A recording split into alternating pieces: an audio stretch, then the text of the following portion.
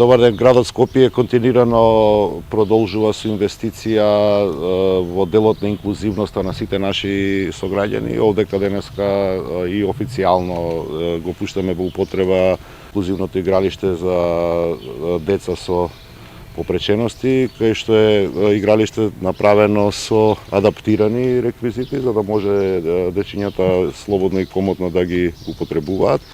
И е со сите заштитни мерки кои што се потребни, вклучително и гумиран пот. Инвестицијата е некаде околу 2.900.000 денари. Вие знаете дека веројатно како никогаш до сега градот Скопје вложува во социјалната сфера, особено во делот кој што се однесува да направиме еден град кој што ќе ги прими сите негови граѓани без оглед на тоа дали некој од нив има попреченост. Отворивме во центар и во општина Бутел дневни центри со сензорски соби токму за дечињата со попреченост.